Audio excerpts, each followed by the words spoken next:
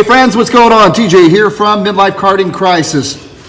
Just saw something on social media that made me decide to put this video together, and it was concerning the pros and cons of using a master link to hold your chain together for kart racing.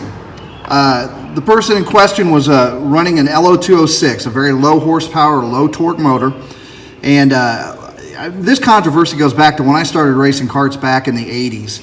Of how they're prone to fall apart, this, that, and the other thing.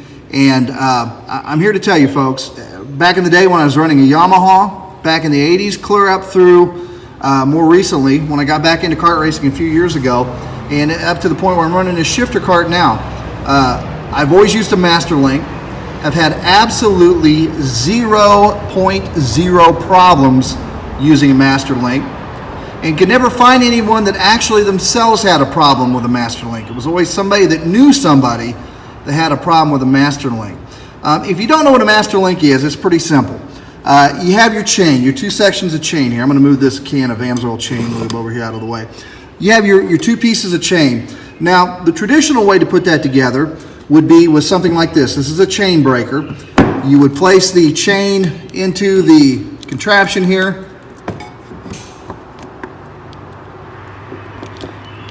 You would then line up, actually I missed it by one, but you would then line up your plate, and you would use this to turn and push the pins back in, and what you'd end up with is a complete piece of chain, and it would look, you would not be able to tell where it was taken apart and where it was put together, because you're literally pushing that pin out to take the thing apart. Well, with a master link, it's much easier. It doesn't require any special tooling. It just requires a master link, which is this contraption here. You have the link, you have the plate, and then the clip that holds it together. You would simply, of course you're probably going to be doing this on the cart, that's what I do. Once you place that on there, your clip goes over the top of it. Oops, if I put it on the right spot, that would probably help. Like so, and this clip would sit on here and it would snap into place, and you would have the back end of this facing opposite the direction the chain was traveling.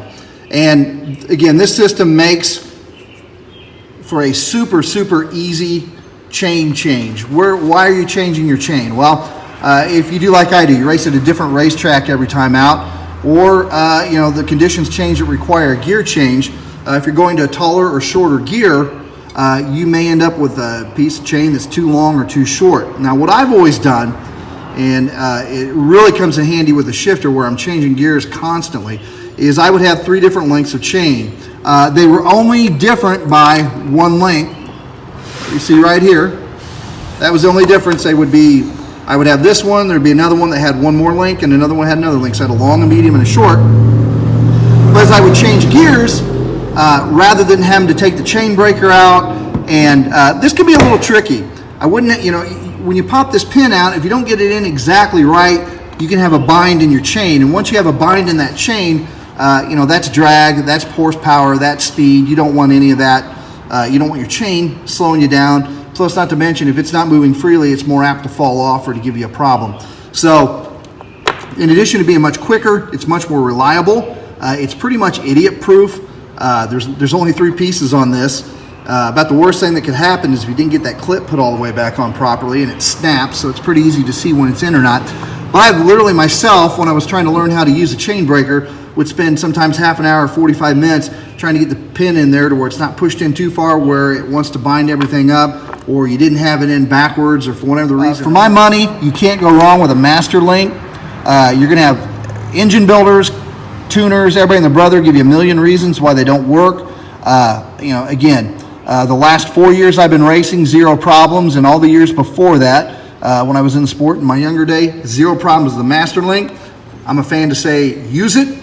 Obviously, chain lube is very important. You got to keep that chain lubricated. That is super important, which is why I always use Amsoil chain lube. This stuff is amazing. It does not fling off. That is the biggest issue you have with chain lubes, is you end up spraying, you saturate your chain while it's sitting on the cart stand, and you sit there and watch your money drip off of the chain down on the cart stand or down onto a puddle underneath your cart. Well, number one, leaving that puddle underneath the cart, that's just being dirty, and that's not being a good ambassador to the sport. Not to mention that's money dripping off. And if it's going to drip off with gravity, imagine what it's going to do when it's being flung around at anywhere from 5,000 to 13,000 RPM. So I use Amsoil Chain Lube. You can order this from winningsynthetics.com. Winningsynthetics.com.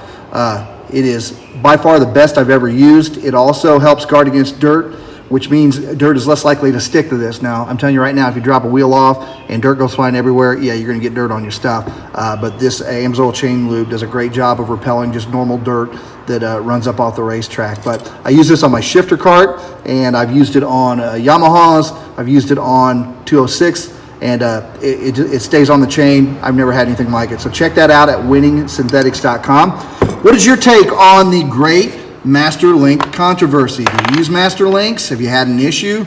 If you have, please leave a comment down below. And while you're at it, if you could go ahead and subscribe and ring that notification bell, that goes a long way in helping us get some of this information out to other kart racers that are trying to learn. Thanks for watching. Don't forget to check us out on Instagram and Facebook at Midlife Karting Crisis. Take care. We'll talk to you soon.